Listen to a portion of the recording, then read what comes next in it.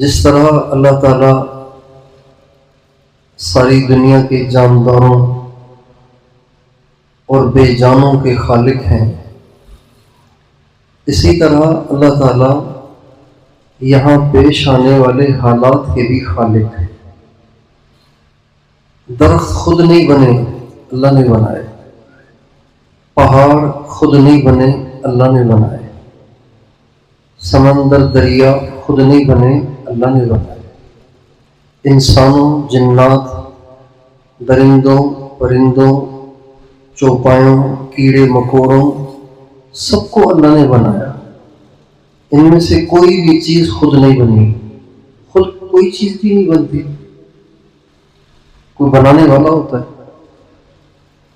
کوئی کہے کہ جی یہ جو بلڈنگ ہے نا یہ خود ہی بن گئی تھی، یہ تو مذاق ہے، یہ تو خود کیسے بنے گی بلڈنگ؟ یہ سیمنٹ سے پلستر ہوا ہے، اس کے نیچے اینٹیں ہیں اور اینٹیں مرتب ہیں۔ کسی مستری کی یہ کاریگری ہے کہ اس نے اینٹوں کو ترتیب سے رکھا، پھر اس کے اوپر سیمنٹ کا پلستر کیا، پھر اس پر کسی سے رنگ کروایا گیا، تب جا کے یہ بلڈنگ ایسی نظر آ رہی ہے۔ خود کیسے بنے گی؟ یہ پوری کائنات اور کائنات کی ہر چیز اللہ نے بنائی۔ تو جیسے یہ چیزیں اللہ نے بنائی ہیں اور یہاں رہنے والی مخلوق اللہ نے بنائی ہے، یہاں پہ جو حالات آتے ہیں اس کے خالق بھی اللہ ہیں۔ عزت اللہ دیتا ہے، خود نہیں آتی۔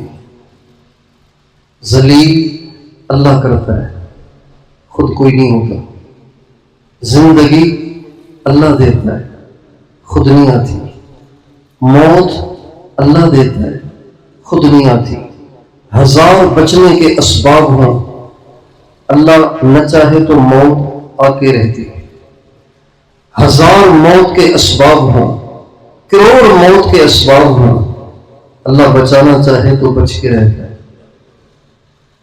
اللہ مارتا ہے، اللہ بچاتا ہے، اللہ صحت دیتا ہے، اللہ بیماریاں دیتا ہے، اللہ ہی سکھ دیتا ہے اور دکھ دیتا ہے، تنگی دیتا ہے، فراخی دیتا ہے۔ یہ سارے حالات اللہ کی طرف سے آتے ہیں، اس کے خالق اللہ ہیں۔ لیکن یہ حالات کسی آئین کے تحت آتے ہیں، خواہ نہیں آتے، کسی قانون کے تحت آتے ہیں، کسی آئین کے تحت آتے ہیں، خود نہیں آتے۔ یہ نہیں کہ موڈ میں آیا تو یہ کر دیا، موڈ میں آیا تو یہ کر دیا۔ موڈ کا چکر نہیں ہے، اللہ موڈ سے پاک ہے۔ اللہ تعالیٰ جو کرتا ہے اس کے پیچھے اللہ کا قانون ہوتا ہے، اللہ کی ایک سنت ہوتی ہے، اللہ کے بنائے ہوئے آئین ہوتے ہیں۔ خام خواہ چالان ہوتا ہے کیا؟ آپ موٹر وے پہ جا رہے ہیں، 100 کی اسپیڈ میں جا رہے ہیں، آپ کے پاس پیپر بھی پورے ہیں، ڈرائیونگ لائسنس بھی ہے، ساری چیزیں آپ کی پوری ہیں، آپ اوور اسپیڈ بھی نہیں ہے، خام خواہ چالان کیسے ہوگا؟ خام خواہ نہیں ہوگا، کوئی وجہ ہوگا۔ اس پوری کائنات میں جو کچھ ہو رہا ہے یہ میرے اللہ کی مرضی سے ہو رہا ہے، آپ سب کے اللہ کی مرضی سے ہو رہا ہے۔ اللہ کی مرضی کے بغیر کچھ بھی نہیں ہو رہا۔ اس لیے جو عارف ہوتے ہیں نا، عارف یعنی جنہوں نے اللہ کو پہچان لیا ہوتا ہے، عارف اسے کہتے ہیں جو اللہ کو پہچان چکا ہے، اللہ کو جان چکا ہے، اللہ کو پہچان چکا ہے، اس کو عارف کہتے ہیں۔ عارف باللہ، اللہ کو پہچانا ہوا، اللہ کا جانا ہوا۔ جو عارف ہوتے ہیں وہ دنیا میں کچھ بھی ہو جائے وہ کسی چیز کی ٹینشن نہیں لیتے۔ کیوں نہیں لیتے؟ اس لیے کہ وہ یہ بات جان چکے ہیں اللہ کر رہا ہے، تو اللہ کر رہا ہے تو میں کیوں پریشان ہوں؟ میں اس کا بندہ ہوں، مجھے اس کی حمایت کرنی چاہیے۔ جب وہ کر رہا ہے تو بھائی یا اللہ میں آپ کے ساتھ ہوں، میں آپ کی مرضی پہ راضی ہوں، میں آپ کی رضا پہ راضی ہوں۔ اس لیے عارف اگر پریشان ہوتا بھی ہے تو وقتی، تھوڑا سا اوپر سے سرسری، دل اس کا اطمینان سے بھرا ہوا ہوتا ہے، اس لیے کہ وہ سمجھتا ہے کہ سب اللہ کر رہا ہے۔ نبی کریم صلی اللہ علیہ وسلم کو اللہ تعالیٰ نے 3 بیٹے دیے۔ اعلان نبوت سے پہلے حضرت قاسم، پھر حضرت عبداللہ، یہ اعلان نبوت سے پہلے، اور دونوں اللہ نے بچپن میں واپس لے لیے۔ ہر مرد، ہر عورت کی یہ فطری، شدید، انتہائی گہری خواہش ہوتی ہے کہ مجھے بھی نرینہ اولاد ہو تاکہ نسل تو چلے نا، میرا نام مٹ تو نہ جائے،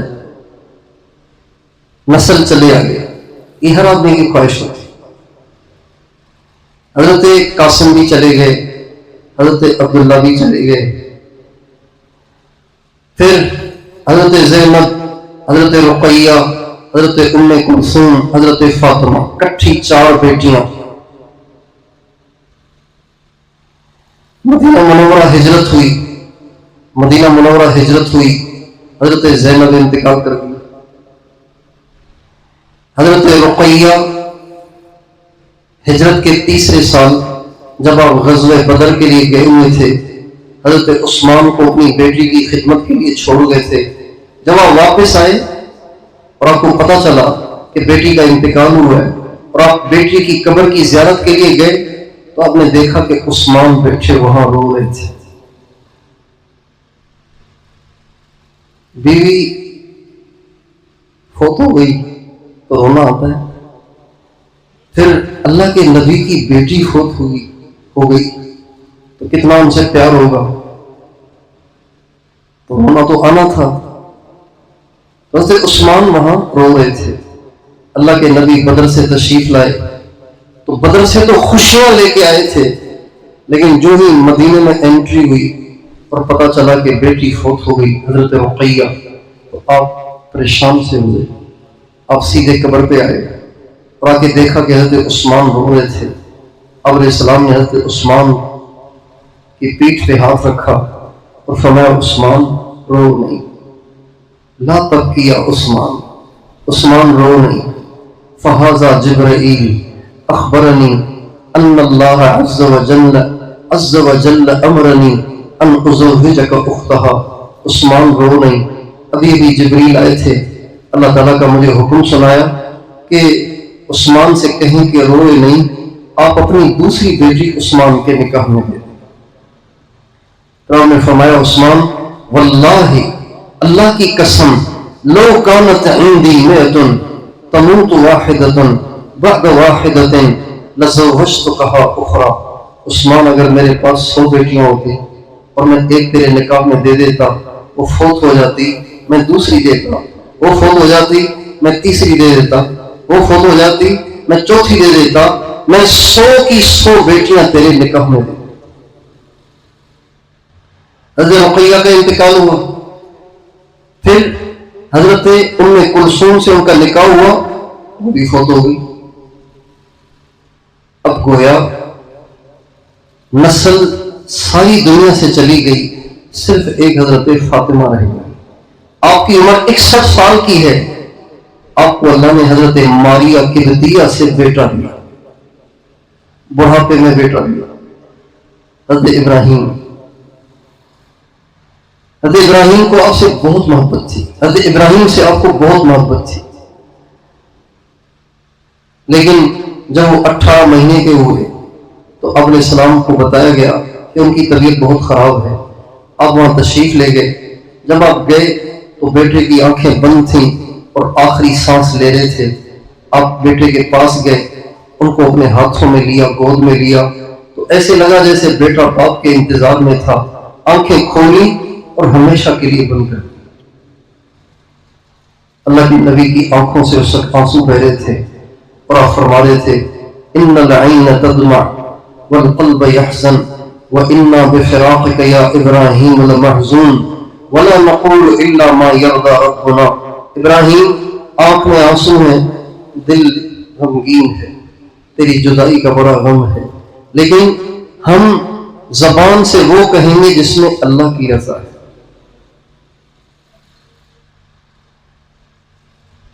اللہ کی رضا میں راضی ہے. تو جو عارف ہوتا ہے وہ دنیا کی پریشانی سے بہت زیادہ ٹینشن نہیں لیتا.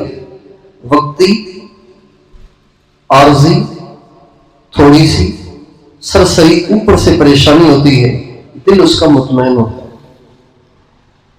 اس لیے ایک بندی کو چاہیے کہ دنیا میں رہتے ہوئے اللہ تعالیٰ کی طرف سے آئے ہوئے ہر حال پر اللہ سے راضی رہے. ہر حال میں اللہ سے راضی رہے، شکوہ نہ کرے، واویلا نہ کرے. یا اللہ میری بہن کا رشتہ فلاں افسر کے ساتھ ہو گیا، اس کے بچے مزے کر رہے ہیں، میں اسی کی بہن ہوں. میرا رشتہ ایک مزدور کے ساتھ ہو گیا، میرے بچے کھلونے کو ترس رہے ہیں، یہ کیوں؟ اللہ تعالیٰ فرماتے ہیں وَلَا تَتَمَنُّوا مَا فَضَّلَ اللَّهُ بِهِ بَعْضَكُمْ عَلَى بَعْضٍ. اگر تم میں سے کسی کو کسی چیز میں دنیاوی لحاظ سے فوقیت ہے تو تم تمنا نہ کرنا کہ ہم ایسے کیوں نہیں ہیں. نہیں، اس کے لیے اسی میں خیر تھی، آپ کے لیے اسی میں خیر. یہ عنوان اپنا رخ بدل رہا ہے لیکن یہ پورا ہو جائے. موسیٰ علیہ السلام سے اللہ تعالیٰ نے فرمایا کہ اے موسیٰ، میرے بعض بندے ایسے ہیں جن کو میں غریب رکھتا ہوں، ان کو مال نہیں دیتا، اس لیے کہ مجھے پتا ہے اگر ان کو مال دے دیا تو یہ گمراہ ہو جائیں گے. میرے بعض بندے ایسے ہیں جن کو میں مالدار رکھتا ہوں، میں ان کو غریب نہیں کبھی کرتا، اس لیے کہ مجھے پتا ہے ان کو غریب کروں گا تو گمراہ ہو جائیں گے. میرے بعض بندے ایسے ہیں جن کو میں ہمیشہ بیمار رکھتا ہوں، مجھے پتا ہے اگر صحت دوں گا تو گمراہ ہو جائیں گے. اور میرے بعض بندے ایسے ہیں جن کو ہمیشہ تندرست رکھتا ہوں، اگر ان کو بیمار کروں گا تو بھٹک جائیں گے. اللہ کو پتا ہے کہ کس بندے اور بندی کو کس حال میں رکھنا ہے، اللہ کو پتا ہے. ماں کسی کو روٹی دے رہی ہے اور کسی کو کھچڑی دے رہی ہے، ایک کو برف ملا ہوا ٹھنڈا پانی دے رہی ہے اور ایک کو نلکے سے سادہ پانی دے رہی ہے. تو بچہ کہے امی آپ تو بڑی ظالم ہے، اس کو ٹھنڈا پانی پلا رہی ہیں، میں آپ کا بیٹا نہیں ہوں، آپ مجھے گرم پانی پلا رہی ہیں. تو ماں کہے گی بیٹا آپ کی ناک بہ رہی ہے، آپ کو کھانسی ہو گئی ہے، آپ کا علاج چل رہا ہے، تو آپ کو تو گرم پانی دوں گی نا، آپ ٹھیک ہو جائیں گے پھر آپ کو بھی ملے گا. تو اللہ تعالیٰ کا معاملہ ایسے ہی ہے. اللہ تعالیٰ کے صفاتی ناموں میں سے ایک نام ہے حکیم. الحکیم. حکیم پتہ کیسے کہتے ہیں؟ حکیم اسے نہیں کہتے جو نفس دیکھ کے مرض بتاتا ہے. حکیم کسے کہتے ہیں؟ حکیم اسے کہتے ہیں جو ہر ایک کے ساتھ اس کے مناسب معاملہ کرے.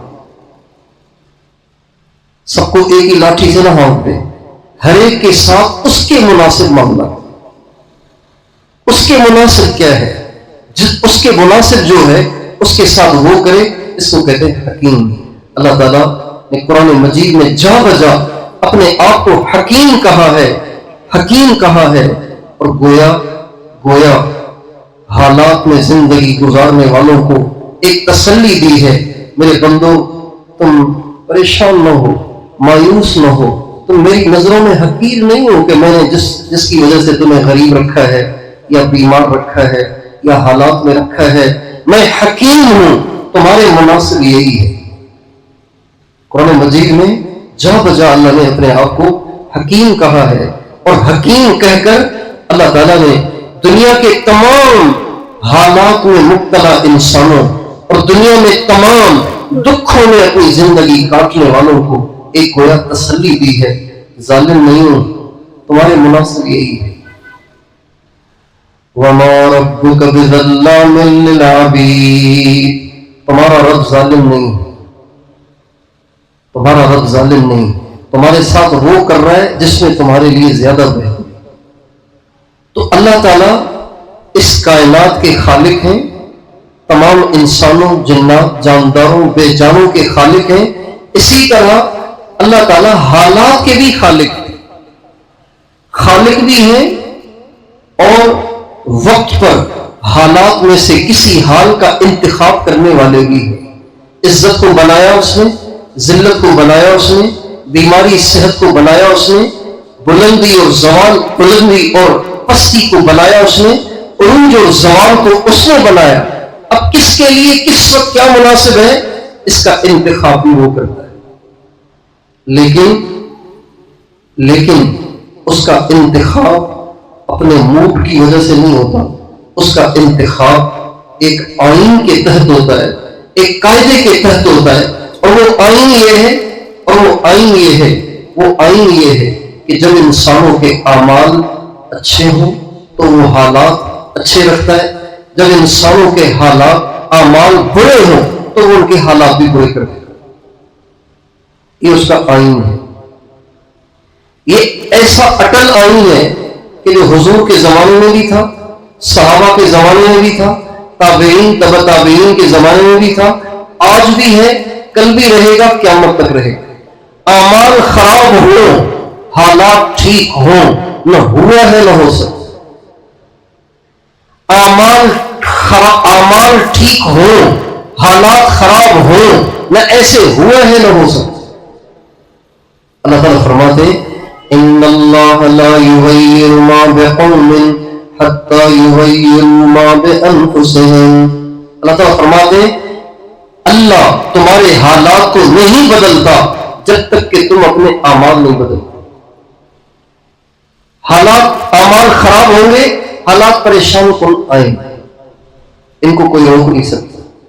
ہماری ٹیکنالوجیاں اور ہماری فوجیں اور ہمارے سیاستدان اور ہمارے حکمران اپنی چالاکیوں سے، اپنی ہوشیاریوں سے اور اپنی دانائی سے، اپنی سمجھداری سے ان حالات کو روک نہیں سکتے اگر ہمارے اعمال خراب ہو تو۔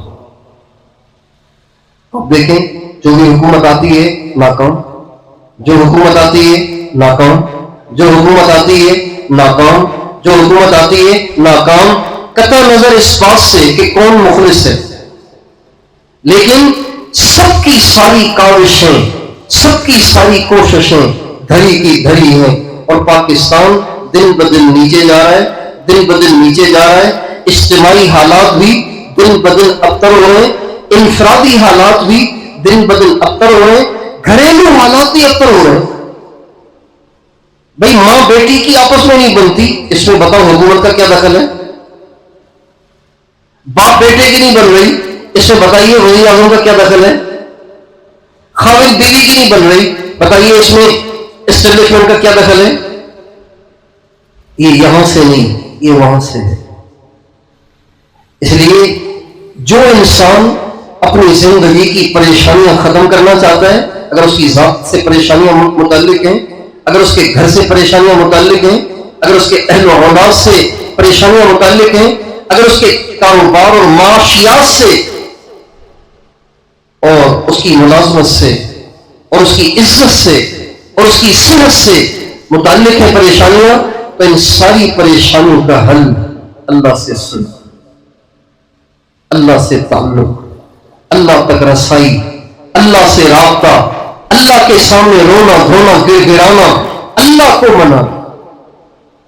اللہ تعالیٰ قرآن مجید میں 3 جگہ مختلف الفاظ کے ساتھ فرماتے ہیں۔ ایک فرماتے ہیں لعلہم یرجعون، پریشانیاں اس لیے بھیجتا ہوں تاکہ تم میری طرف لوٹ کے آؤ۔ یہ ایک جگہ لعلہم یرجعون، پریشانیاں اس لیے بھیجتا ہوں تاکہ تم لوٹ کے میری طرف آؤ۔ ایک بار فرماتے ہیں لعلہم یتضرعون، پریشانیاں اس لیے بھیجتا ہوں تاکہ تم میرے سامنے رو گر گڑاؤ۔ اور یہ فرماتے ہیں لعلہم یتضرعون، پریشانیاں اس لیے بھیجتا ہوں تاکہ تم مجھ سے چمٹ جاؤ۔ یہ قرآن مجید میں 3 جگہوں پہ اللہ تعالیٰ نے یہ بات فرمائی، اور ایک جگہ اللہ تعالیٰ نے ان پریشانیوں کے بھیجنے کی جو اصل وجہ ہے نا وہ بتائی ہے۔ پریشانی بھیجنے کی وجہ، بھئی باپ کی نافرمانی ہوئی تو باپ کو آ گیا غصہ، بلڈ پریشر ہو گیا ہائی، اور اٹھا لیا جوتا اور ڈنڈا اور پٹائی شروع کر دی۔ اب وجہ کیا بنی؟ اصل وجہ کیا ہے؟ اصل وجہ ہے باپ کو غصے کا آ جانا. غصے کی وجہ نافرمانی ہے، لیکن باپ کو غصہ آ گیا، برداشت کر لیتا تو پٹائی نہ ہوتی، لیکن آگے وہ غصہ، اب غصے میں پھر وہ اپنے آپ پہ قابو نہ پا سکا، اس نے ڈنڈا اٹھایا اور پٹائی شروع کر دی. اللہ تعالیٰ کا معاملہ ایسے نہیں ہے. جب بندے زنا کرتے ہیں، جب بندیاں زنا کرتی ہیں، جب بندے جھوٹ بولتے ہیں، جب بندے بے حیا ہو جاتے ہیں، جب عورتیں بے پرد ہو جاتی ہیں، جب تاجر جھوٹ بولتا ہے، جب سود پہ کاروبار کرتا ہے، اللہ کی نافرمانیاں کرتا ہے، اس کا مطلب یہ نہیں کہ اللہ بے قابو ہو جاتا ہے تو اس وقت برسانا شروع کر دیتا ہے. یہ نہیں. اللہ تعالیٰ فرماتے ہیں جب تم میری نافرمانیاں کرتے ہو میں حالات بھیجتا ہوں، اس لیے نہیں کہ غصے سے بے قابو ہو جاؤں، بلڈ پریشر ہائی ہو گیا ہے، اب میں اپنے آپ میں نہیں رہا ہوں اس لیے تمہاری پٹائی شروع کر دیتا ہوں، نہیں، اس لیے نہیں. اللہ تعالیٰ فرماتے ہیں ظہر الفساد فی البر والبحر بما کسبت ایدی الناس لیذیقہم بعض الذی عملوا لعلہم یرجعون. میں تمہاری نافرمانیوں اور تمہاری بے وفائیوں اور تمہاری ستم گریوں اور تمہاری زیادتیوں اور تمہاری بدماشیوں اور تمہاری سرکشیوں سے بے قابو ہو کے پریشانی نہیں بھیجتا ہوں، پریشانی بھی اس لیے بھیجتا ہوں کہ تم سے پیار کرتا ہوں. میں تو پاک ہوں اس سے کہ میں بے قابو ہو جاؤں. اللہ پاک ہے اس سے کہ اس کا بی پی ہائی ہو جائے، اللہ پاک ہے اس سے کہ وہ بے قابو ہو جائے، اللہ پاک ہے اس سے کہ اس کا پارا چڑھ جائے. اللہ اس لیے پریشانی بھیجتے ہیں. اللہ فرماتے ہیں وہ بھی اس لیے کہ تم سے پیار کرتا. کیسے؟ اس میں پیار کی کیا بات ہے؟ سیلاب بھیج دیا، بستیوں کی بستیاں بہ گئی، زلزلہ بھیج دیا اور پلازوں کے پلازے زمین بوس ہو گئے. محبت کی کیا بات ہے اس میں؟ اللہ تعالیٰ فرماتے ہیں لیذیقہم بعض الذی عملوا لعلہم یرجعون. تم کرتے ہو نافرمانیاں، نافرمانی پر میرا بنا ہوا آئین یہ ہے کہ اس کو ملے گی سزا. اب آئین تو نہیں بدلے گا نا، آئین نہیں بدلے گا. اب بجائے اس کے کہ تم جہنم میں جا کر کروڑوں برس کی سزا بھگتو، میں دنیا میں چھوٹی سی پریشانی بھیج کے اس کا کفارہ کر دوں. یہ بھی تمہارے بھلے کے لیے، ورنہ تمہیں سسکتا دیکھ کے، تڑپتا دیکھ کے، خون آلود دیکھ کے مجھے خوشی تھوڑی ہوتی ہے. یہ مطلب ہے نا آیتوں کا. تمہیں ہسپتالوں پہ پڑا محتاج دیکھ کر مجھے خوشی تھوڑی ہوتی ہے. تمہارے منہ میں پائی، تمہارے پیشاب کی جگہ پہ پائی، تمہارے ہاتھ کام نہیں کر رہے، پاؤں کام نہیں کر رہے اور تمہارا سارا وجود معطل ہوا ہے، یہ دیکھ کے مجھے خوشی تھوڑی ہوتی ہے. یہ سب اس لیے تاکہ آئین میں بھی فرق نہ آئے اور تھوڑے میں تمہارا بھی کام ہو جائے. اس کی مثال آسان سمجھیے. حضرت ایوب علیہ السلام پریشان تھے، ان پہ بیماری تھی، اللہ تعالیٰ کی طرف سے آزمائش تھی. اللہ تعالیٰ ان کو چیک کر رہا تھا صبر کرتے ہیں کہ نہیں کرتے. 18 برس بیمار رہے. کتنے برس؟ پھر بیماری جب آئے تو انسان کمزور ہو جاتا ہے، برداشت کم ہو جاتی ہے، غصہ بھی آ جاتا ہے. تو حضرت ایوب علیہ السلام کو ایک دفعہ آیا اپنی اہلیہ پہ غصہ، حالانکہ اہلیہ ان کی بہت خدمت کر رہی تھی، سب نے نکال دیا تھا، یہی بیچاری اکیلی ساتھ تھی جنگل میں اور ان کی خدمت کرتی تھی. لیکن ہو جاتی ہے تھوڑی سی کوتاہی. ایوب علیہ السلام کو غصہ آ گیا اور فرمایا اللہ کی قسم میں ٹھیک ہوا نا تو تجھے 100 درے ماروں گا. درہ کہتے ہیں چھڑی کو، پتلی سی چھڑی. آپ نہ کھا لینا. ایوب نے کھائی دی، ہم بھی کھا لیں گے. آپ کو حکم ہے محمد مصطفیٰ کے طریقے پہ چلنے، جنہوں نے ساری زندگی اپنی کسی بیوی کو مارا بھی نہیں، ڈانٹا بھی نہیں، دھمکایا بھی نہیں. جو بددین ہیں وہ مارتے ہیں، جو کچھ دیندار ہیں وہ دھمکیاں دیتے ہیں ٹھیک ہو جا ورنہ طلاق دے دوں گا. اب اس بیچاری کی ساری رات گئی، کئی دن گئے، نہ کھانا کھایا جا رہا ہے، نہ پانی پیا جا رہا ہے، نہ چائے پی جا رہی ہے، بیچاری ڈپریشن میں جا رہی ہے. ہمارے نبی نے ساری زندگی اپنی بیویوں کو مارا بھی نہیں، دھمکایا بھی نہیں، ڈانٹا بھی نہیں. ساری زندگی آپ نے کسی بیوی کو نہیں ڈانٹا. 11 عورتوں کے ساتھ آپ نے زندگی گزاری ہے. کتنی عورتوں کے ساتھ؟ 11 عورتوں کے ساتھ. اور ساری الگ قبیلوں کی، الگ خاندانوں کی، الگ مزاج کی، سب کے ساتھ آپ نے نباہ کیا، نبھایا آپ نے. ہمارے یہاں شادی کے لیے دیکھا جاتا ہے کہ بالغ ہو گیا ہے 1، نوکری لگ گئی ہے 2، اور ٹھیک ہے شادی کر دو. اس کی مثال ایسی ہے جیسے کسی کو گاڑی کی اسٹیئرنگ پہ بٹھا دیں، یہ پوچھ کے بتاؤ گاڑی کی کمپنی کون سی ہے؟ کہ یہ سوزوکی ہے. اچھا ٹھیک ہے، بہت اچھا، یہ گاڑی آپ اسٹیئرنگ پہ بیٹھ جاؤ. نام آنے سے گاڑی کا ڈرائیور بنے گا کیا؟ اسٹیئرنگ پہ بیٹھنا آتا تو ہو اسے، گاڑی چلانا تو آتی ہے اس کو. ہمارے لڑکوں کو بیوی کو چلانا آتا نہیں ہے پر ان کو بیوی کو بنا دیتے ہیں. اس لیے مجھ سے نوجوان کے دن دعا کرے رشتہ ہو آتی ہے بیوی چلانا، رشتے کی دعا کرا رہے ہیں آپ، دعا کریں اللہ گاڑی دے دے. گاڑی تو دے دے لیکن گاڑی چلانا آتی بھی ہے،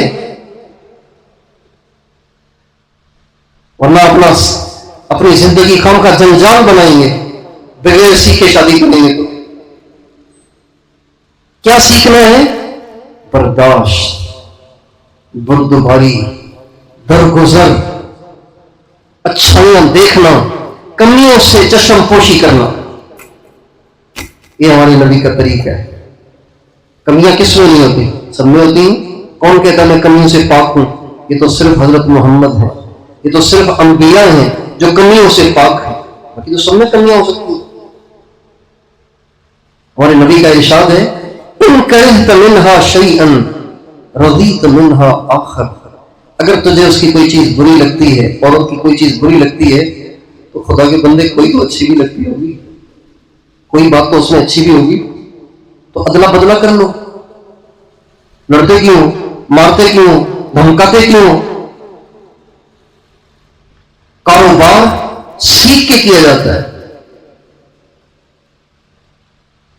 تبلیغ سیکھ کے کی جاتی ہے، مدرسے میں سیکھ کر پھر پڑھایا جاتا ہے. ٹیچر ٹریننگ لیتے ہیں پھر ٹیچر بنتے ہیں اور دولہے خواہاں بنا دیتے ہیں. اسی لیے گھر میں مسائل رہتے ہیں. تو حضرت ایوب نے بیوی سے کہا اللہ کی قسم میں ٹھیک ہو گیا نا پھر تجھے 100 چھڑیاں ماروں گا. چھڑیاں، پتلی لکڑی. اب ٹھیک ہو گئے، اللہ نے صحت دے دی اور عجیب معجزے سے صحت دے دی. اور وہ جو پچھلی بات تھی وہ تو یاد تھی، پھر ندامت بھی اسی وقت ندامت ہو گئی تھی. اب ٹھیک ہو گئے تو اللہ تعالیٰ سے کہنے لگے یا اللہ میں نے ایسی وفادار، ایسی پیار کرنے والی، ایسی محبت کرنے والی بیوی کو مجھ سے نہیں کہہ دیا تھا، میں کیا کروں، میں تو پریشان ہوں. نبی کی شان بھی نہیں ہے کہ قسم توڑ دے. نبی تو بغیر قسم کے بھی کوئی بات کہہ دے تو پوری کرتا ہے، یہ تو قسم کھا لی. اب میں کیا کروں، میں پریشان ہوں. اللہ تعالیٰ نے فرمایا ایسے کر 100 تنکے لے، اس کو باندھ ڈوری، اس کا بنا جھاڑو اور ایک دفعہ یوں ٹچ کر لے اس کو. 100 آپ نے چھڑیاں مار دی نا. اب یہ تو نہیں کہا کہ زور سے ماروں گا اور زخمی کر دوں گا، ٹچ کر دو اس کو. چنانچہ یہ قسم پوری ہو گئی اور حانس نہیں ہوئے، گناہ گار نہیں ہوئے. نبی ویسے ہی گناہ سے پاک ہوتا ہے. تو جیسے حضرت ایوب نے یوں ٹچ کر لی نا، جس سے درد بھی نہیں ہوا، صرف قسم پوری کرنے کے لیے اللہ تعالیٰ اپنے بندوں پر پریشانیاں بھیجتا ہے اپنے آئین کو باقی رکھتے ہوئے. بڑی سزا جہنم کی آگ سے بچانے کے لیے دنیا کی عارضی اور چھوٹی چھوٹی پریشانیاں بھیجتا ہے. بتائیے اس میں ہمارا بھلا ہے ہمارا برا ہے؟ ایک وجہ تو اللہ نے یہ بتائی ظہر الفساد فی البر والبحر بما كسبت أيدي الناس ليذيقهم بعض الذي عملوا لعلهم يرجعون. میں تم پر جتنی پریشانیاں بھیجتا ہوں تمہاری کرتوتوں کی وجہ سے بھیجتا ہوں، اور پھر اس پر جو پریشانی بھیجتا ہوں وہ اس لیے تاکہ یہی کفارہ ہو جائے، تم بڑی سزا سے بچ جاؤ، اور اس لیے بھی کہ تاکہ تم میری طرف واپس آ جاؤ، واپس آ جاؤ. اللہ بندے کو اپنی طرف متوجہ کرنا چاہتا ہے، تکلیف بھیجتے ہیں تاکہ بندہ واپس آ جائے. اس لیے اللہ تعالیٰ بندے کا کبھی بھی برا نہیں چاہتا، ہمیشہ بندے کا بھلا چاہتا ہے. لیکن جب بندے اس کے آئین کو توڑتے ہیں، اس کی نافرمانیاں کرتے ہیں، اس کے حکموں کو توڑتے ہیں، اس کی پسند کو ٹھکراتے ہیں، تو اللہ تعالیٰ کو پھر اپنے آئین کے مطابق ایسے بندوں کے خلاف فیصلے کرنے پڑتے ہیں. اس لیے میرے دوستو، ہم اور آپ ہمیشہ اپنی زندگی کا یہ معمول بنا لیں، جب بھی کوئی پریشانی آ جائے رونا شروع کرو. جب بھی کوئی پریشانی آ جائے رونا شروع کرو. آپ کو سمجھ میں آئے نہ آئے کہ کون سا گناہ ہوا، رونا شروع کرو. اس لیے کہ یہ ہمارے کسی غلطی کے بغیر نہیں آیا. اللہ کا قرآن سچا ہے، اللہ کا قرآن جھوٹا نہیں ہو سکتا. اللہ کہتے ہیں تمہارے اپنے کرتوتوں کی وجہ سے آتے ہیں. نبی کریم صلی اللہ علیہ وسلم خود بنفس نفیس موجود ہیں، حضرت ابو بکر صدیق موجود ہیں، حضرت عمر موجود ہیں، حضرت عثمان موجود ہیں، حضرت علی موجود ہیں. اتنی بابرکت شخصیات ایک جماعت میں موجود ہیں. 50 صحابہ کو ہمارے نبی نے ایک چھوٹی سی پہاڑی پہ کھڑا کیا غزوہ احد میں کہ تم نے یہاں سے نہیں ہٹنا جب تک میں نہ کہوں، میں کہوں تو پھر ہٹ جانا. انہوں نے سمجھا کہ حضور نے کہا ہے کہ جب تک میں نہ کہوں کا مطلب یہ ہے کہ جنگ کے دوران، بھائی جنگ ختم ہوگی تو کھڑے ہو کے کیا کرنا ہے. انہوں نے یہ سمجھا. چنانچہ جب مسلمانوں کو اللہ نے غزوہ احد میں فتح دی اور کفار بھاگنے لگے، مسلمانوں نے ان کا تعاقب کیا، ان کے پیچھے لگے، تو ان 50 نے سوچا یہ کفار تو آگے آگے ہیں، مسلمان ان کے پیچھے پیچھے، چلو ہم بھی ان کے پیچھے دوڑ لگائیں. امیر نے کہا میرا خیال ہے ہمیں نہیں ہٹنا چاہیے کیونکہ سرکار کا حکم اگلا آیا نہیں. کہا جنگ ختم ہو گئی نا، وہ تو اس کے لیے تھا. یہ کہہ کے وہ اتر گئے. جب وہ اتر گئے تو خالد بن ولید جو کفار کے سپہ سالار تھے، اس نے جو دیکھا کہ یہ حصہ ابھی خالی ہے، مسلمانوں کی پیٹھ ہے اس طرف، منہ ہے اس طرف، چنانچہ یہاں سے مڑ کر وہ اس پہاڑی پر سے چڑھ کر جو چند صحابہ پہاڑی پہ کھڑے ہوئے تھے ان کو شہید کیا، اور آگے اس پہاڑی سے اتر کر پیچھے سے مسلمانوں پہ جو حملہ کیا تو مسلمانوں کے ہوش اڑ گئے، حواس باختہ ہو گئے، اور دھڑا دھڑ کفار ان پہ چڑھائی کرنے لگے، اور 70 صحابہ شہید ہوئے.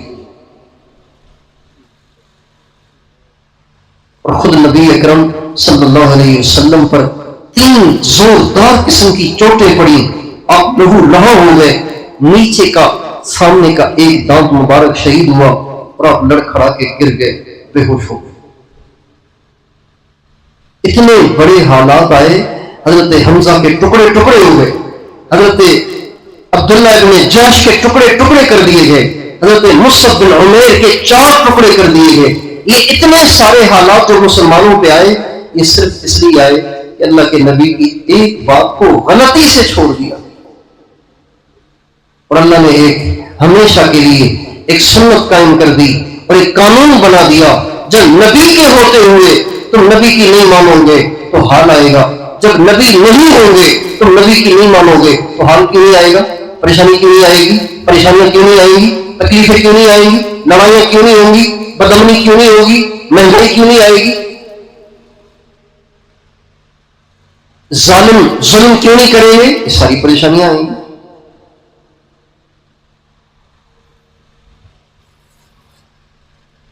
اس لیے میرے دوستو، اگر ہم اپنی ذات کے احوال ٹھیک کرنا چاہتے ہیں، اپنے گھر کے احوال ٹھیک کرنا چاہتے ہیں، پورے ملک پوری دنیا کی پریشانیاں ہم ختم کرنا چاہتے ہیں، تو سب سے پہلے ہمیں خود اللہ کے سامنے جھکنا، اللہ کے سامنے رونا اور اللہ پاک سے معافی مانگنا پڑے، اپنے آپ کو بدلنا پڑے۔ ہم نہیں بدلیں گے، حالات کبھی نہیں بدلیں گے، ہم ٹھیک نہیں ہوں گے، حالات کبھی ٹھیک نہیں ہوں گے۔ اور اللہ تعالیٰ نے حالات کے ٹھیک ہونے کے لیے کوئی ایسی شرط نہیں لگائی جو ہمارے بس سے باہر ہے۔ حرام چھوڑ دو، اتنی سی شرط ہے۔ نگاہیں نیچے رکھو، زبان پہ کنٹرول کرو، کانوں سے حرام آوازیں مت سنو، بڑوں کا ادب کرو، بدتمیزی مت کرو، ہر ایک کی قدر کرو، کسی کا دل نہ دکھاؤ، کسی کا حق نہ کھاؤ۔ جب مؤذن کا بلاوا آئے سارے کام چھوڑ چھاڑ کے اللہ کے در پہ آ کر حاضری دو۔ لین دین کرنا ہو جھوٹ نہ بولو، دھوکہ نہ دو، دو نمبری نہ کرو۔ بتائیے ان میں سے کون سی چیز ایسی ہے جو ہمارے بس سے باہر ہے؟ زندگی گزارو تو بجائے دنیا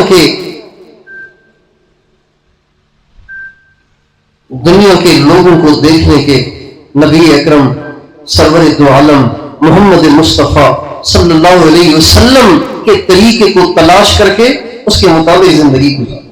اس میں کون سی مشکل چیز ہے؟ ہم کیوں نہیں اللہ کی طرف لوٹتے؟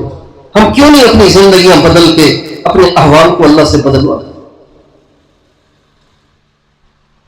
لیکن بات یہ ہے کہ جیسے ہم نے یہ طے کر رکھا ہے کہ ہم نے نہیں بدلنا، تو اللہ نے تو پہلے ہی طے کر دیا ہے، وَلَن تَجِدَ لِسُنَّتِ اللَّهِ تَبْدِيلًا۔ اللہ بھی اپنی سنت کو تبدیل نہیں کرے گا۔ وَلَن تَجِدَ لِسُنَّتِ اللَّهِ تَحْوِيلًا، اور اللہ بھی اپنی سنت کو تبدیل نہیں کرے گا۔ اللہ کا آئین پکا ٹھکا ہے۔ اس لیے اللہ تعالیٰ سے مقابلہ نہیں کرنا، اللہ تعالیٰ کے سامنے سرنڈر ہونا ہے۔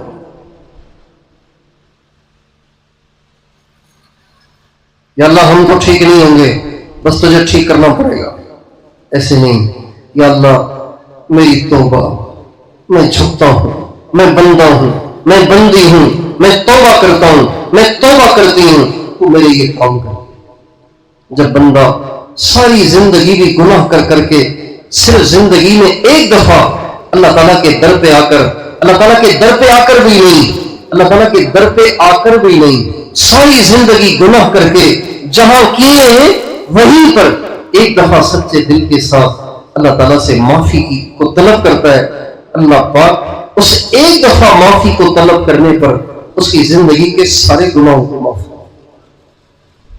اللہ تعالیٰ ڈیلے نہیں کرتا، فوراً کر دے۔ سوچیں گے بعد میں آنا، مشورہ کرتے ہیں۔ تبلیغ والوں کو جو کام نہ کرنا ہو نا تو کہتے ہیں پھر ذرا مشورہ کریں گے۔ اللہ تعالیٰ یہ نہیں کہتے مشورہ کریں گے۔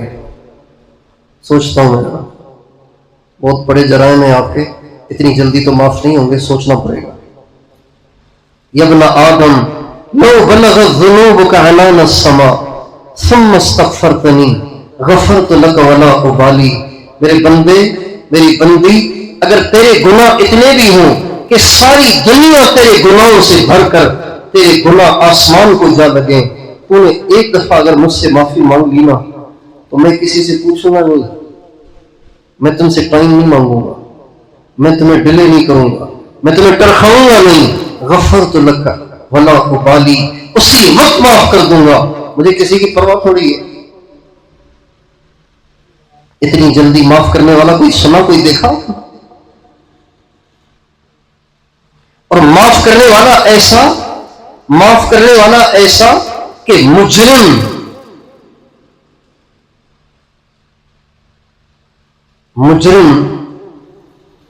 کے معافی مانگنے اور جھکنے کا انتظار نہیں کرتا، بلکہ خود مجرم کو آوازیں دیتا ہے، آ کے مجھ سے معافی مانگنا، آنا میرے در پہ، میں پہلی تمہیں گارنٹی دے رہا ہوں معاف کر دوں گا، آ تو صحیح۔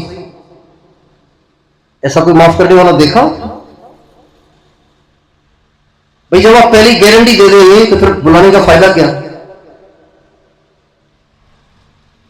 وَتُوبُوا إِلَى اللَّهِ جَمِيعًا أَيُّهَا الْمُؤْمِنُونَ لَعَلَّكُمْ تُفْلِحُونَ۔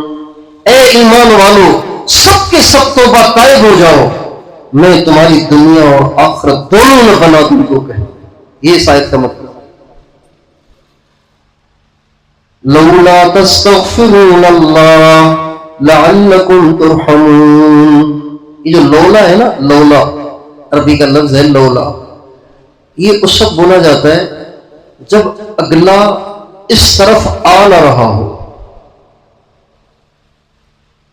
آپ اگلے کو کسی کام پر لگانا چاہ رہے وہ آ نہیں رہا، آپ کہیں گے لولا، ایسے کیوں نہیں کر رہے، کیا مسئلہ ہے تمہارے ساتھ بھائی؟ اللہ تعالیٰ فرماتے ہیں لولا تستغفرون اللہ لعلکم ترحمون، تم کیوں نہیں مجھ سے معافی مانگنے آ جاتے تاکہ میں تم پہ رحم کر کے تمہارے سارے مسئلے حل کروں۔ تم کیوں نہیں معافی مانگتے؟ کیا رکاوٹ ہے تمہیں؟ کیا مسئلہ ہے تمہیں؟ لولا تستغفرون اللہ لعلکم ترحمون، کیوں نہیں معافی مانگتے؟ سمجھ سے باہر ہے، کیوں نہیں مانگ رہے معافی؟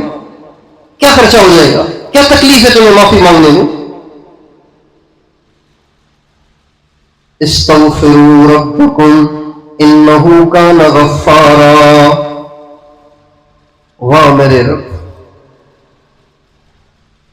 گنہگار کی نفسیات کو جان کر، گنہگار کی نفسیات کو جان کر اس کے مطابق الفاظ لاتا ہے،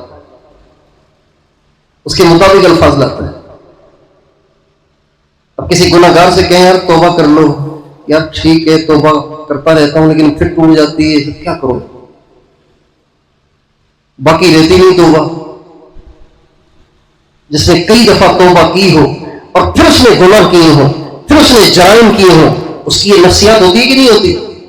یار توبہ تو بہت دفعہ کی ہے لیکن پھر ٹوٹ جاتی ہے، میں کروں تو کیا کروں، تو پریشان ہو گیا ہوں، اسے تو توبہ بھی نہیں ہوتی مجھ سے، لیکن بار بار ٹوٹ جاتی ہے۔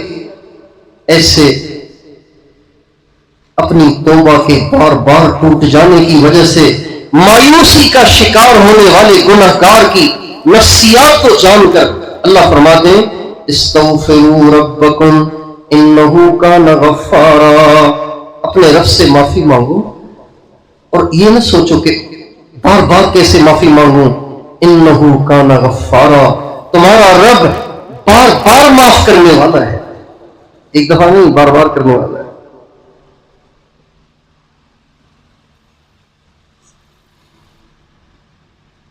الفاظ کا انتخاب تو دیکھیں، گنہگار کو اللہ تعالیٰ نے کتنی تسلی دی ہے۔ استغفروا ربکم، یہ نہیں کہا استغفر اللہ، اللہ سے معافی مانگو، یہ اللہ تو بہت بڑا ہے، جائیں گے تو مارے گا۔ استغفروا ربکم، معافی مانگو اس سے جس نے تمہیں پالا ہے،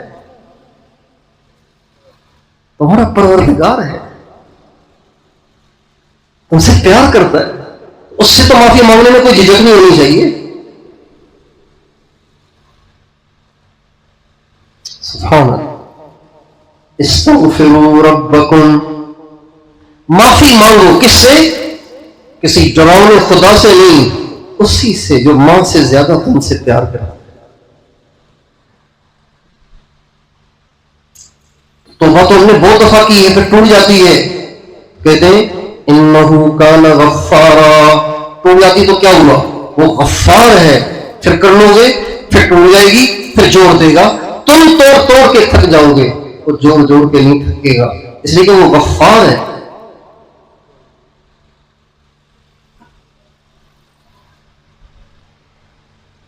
ایسے کریم پروردگار اگر روٹھ جائیں اور پھر اس کو نہ منایا جائے تو یہ کتنی بڑی بدبختی ہے، کتنی بڑی کم نصیبی ہے۔ جو لوگ حالات کے آنے پر، پریشانی کے آنے پر وظیفے کرنا شروع کر دیتے ہیں، یہ اللہ کو اور ناراض کرتے ہیں. مجھے نہیں راضی کر رہے، شو کر رہے، مجھے نہیں راضی کر رہے.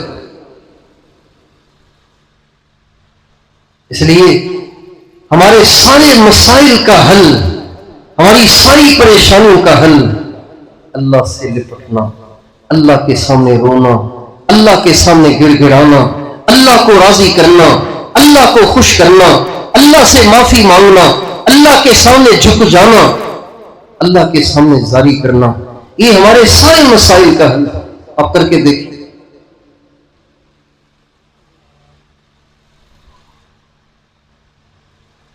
لوگوں کے سامنے ہم روتے ہیں، کاش کہ ہم اللہ کے سامنے روتے. لوگوں کے سامنے ہم ٹسے بہاتے ہیں، کاش ہم اللہ کے سامنے بہاتے.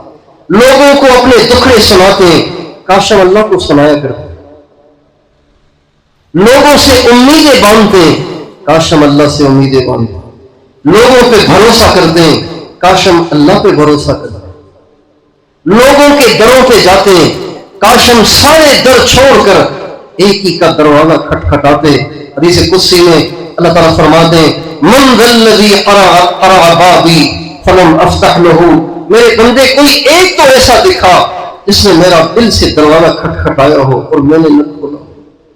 ایک تو دکھا ایسا.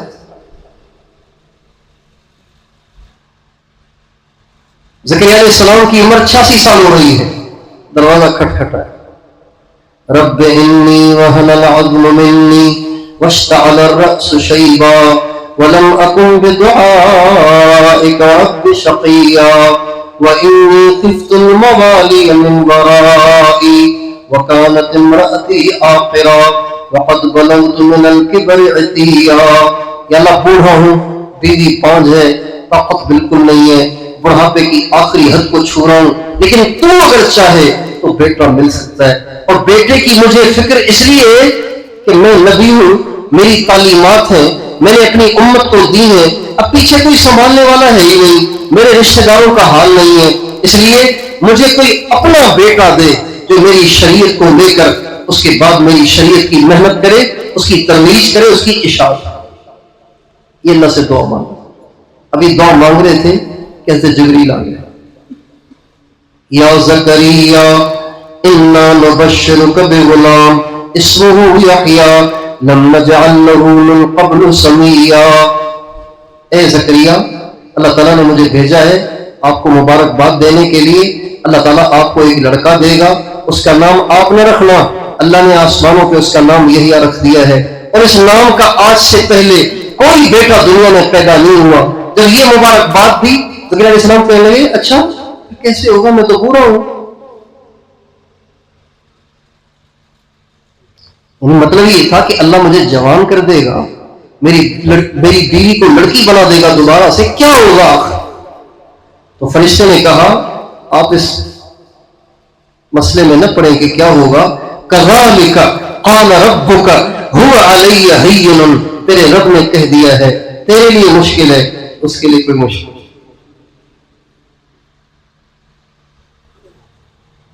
یونس علیہ السلام نے مچھلی کے پیٹ میں اسے پکارا. فنادا فی الظلمات اللہ الہ الا انت سبحانک انی کنت من الظالمین. اللہ تعالیٰ فرماتے ہیں اندھیروں میں مجھے یونس نے پکارا. اندھیروں میں، ایک میں نہیں، اندھیروں میں. رات کا اندھیرا، سمندر کی تہ کا اندھیرا، مچھلی کے پیٹ کا اندھیرا. مچھلی کا جو پیٹ ہوتا ہے نا وہ بہت گرم ہوتا ہے، اسی وجہ سے وہ پانی میں اتنا عرصہ ٹھہر پاتی ہے. ورنہ انسان اگر پانی میں 24 گھنٹے رہے تو جسم اس کا پلپلا ہو جائے گا. جیسے نرم آم ہوتا ہے نا، اس کو کہتے ہیں پلپلا، ایسا ہو جائے گا. مچھلی کے پیٹ میں اللہ تعالیٰ نے ان کو رکھا. رات کا اندھیرا اور سمندر کی تہ کا اندھیرا اور مچھلی کے پیٹ کا اندھیرا اللہ نے وہاں سے بھی سن لیا. اللہ اکبر. فنادا فی الظلمات اللہ الہ الا انت سبحانک انی کنت من الظالمین. آگے اللہ فرماتے فاستجبنا له ونجیناہ من الغم وکذالک ننجی المؤمنین.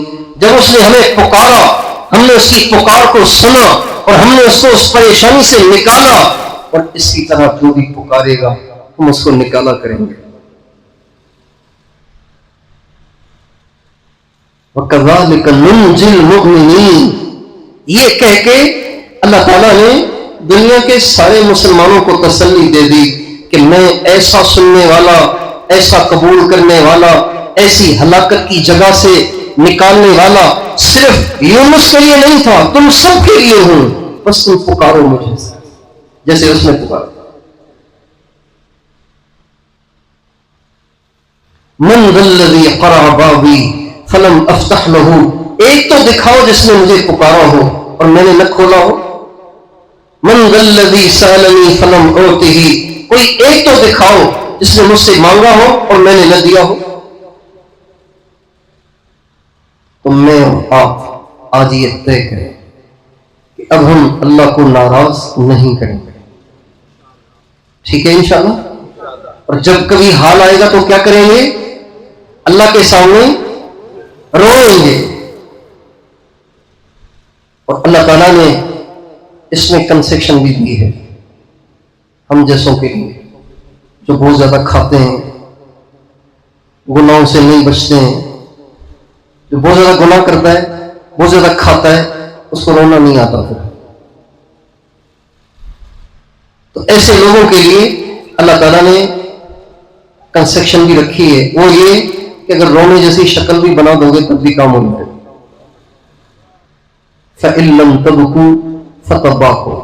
رونا نہیں آتا، شکل بنا لو، ڈرامہ تو کر لو.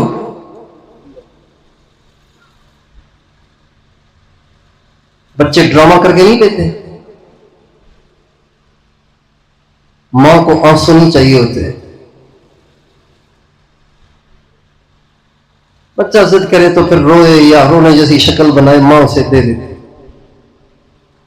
ایک چھوٹا سا واقعہ سن لیجیے، میں بات ختم کرتا ہوں. ایک بزرگ تھے، بہت سخی تھے. لوگ ان کے پاس امانتیں رکھواتے تھے. لوگ ان کے پاس امانتیں رکھواتے.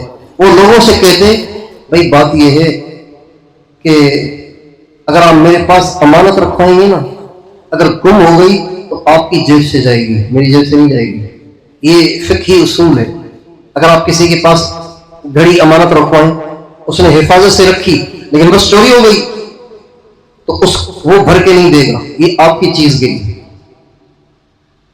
لیکن اگر آپ سے کسی نے ادھار لیا تو وہ دینا پڑے گا، امانت نہیں دینی پڑے گی. اگر اس نے حفاظت کی ہے اور اس نے اپنی طرف سے کوئی کمی نہیں چھوڑی تو اس کو دینی نہیں پڑے گی. تو وہ کہتے بھائی تمہاری امانت ہے، آگے پیچھے ہو گئی خام خواہ تمہاری جیب سے جائے گی، نقصان ہو جائے گا، تم مجھے قرضہ دے دو، جب وقت ہو تو لے لینا. یہ تو بہت اچھی بات ہے، یہ تو اچھی بات ہے. یہ تو چنانچہ جو ان کے پاس امانت رکھوانے آتا یہ اس سے قرض کی نیت کروا لیتے، اور یہ قرض کی نیت کروا کے وہ اس قیمت ساری کی ساری لوگوں میں صدقہ کر دیتے، غریبوں میں بانٹ دیتے، اور کہتے اللہ کے نام پہ دے رہا ہوں، جس کے نام پہ دے رہا ہوں وہ وقت مجھے واپس کرے گا. اللہ کی شان، حضرت کی طبیعت خراب ہو گئی اور ڈاکٹروں نے جواب دے دیا، طبیبوں نے جواب دے دیا، بات پھیل گئی. جن جن نے امانتیں رکھوانی تھیں ایک ایک ہو کے آنا شروع ہو گئے. حضرت سنا ہے کہ آپ کی طبیعت ٹھیک نہیں ہے، پھر وہ کیا ہوگا اس کا؟ اچھا بھائی ابھی تو میرے پاس ہے نہیں. پھر کیا ہوگا؟ بیٹھ جاؤ، اللہ دے گا. دوسرا آیا، حضرت کیا ہوگا؟ بھائی بیٹھ جاؤ. تیسرا، چوتھا، پانچواں، مجمع لگ گیا، سارا گھر بھر گیا. سب کو بٹھاتے رہے اور اللہ کی طرف متوجہ ہیں، اے میرے رب پوری کرے گا. اتنے میں ایک بچہ آیا چیزیں بیچتا ہوا.